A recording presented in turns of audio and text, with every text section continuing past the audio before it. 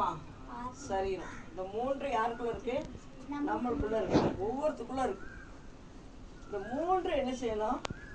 ஆவி பரிசுத்தமா இருக்கணும், ஆத்மாவும் பரிசுத்தமா இருக்கணும், சரீரமும் பரிசுத்தமா இருக்கணும்.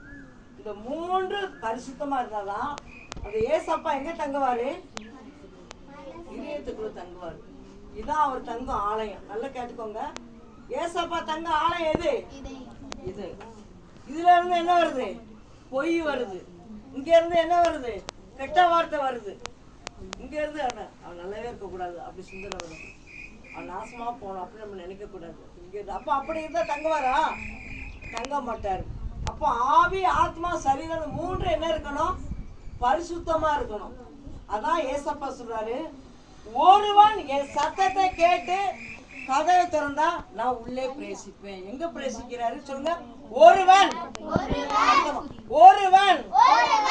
என் சத்தத்தை கேட்டு பிரவேசித்தால் உள்ளே பிரவேசிப்பார். வீட்டுக்கு ஆள் வருதுன்னா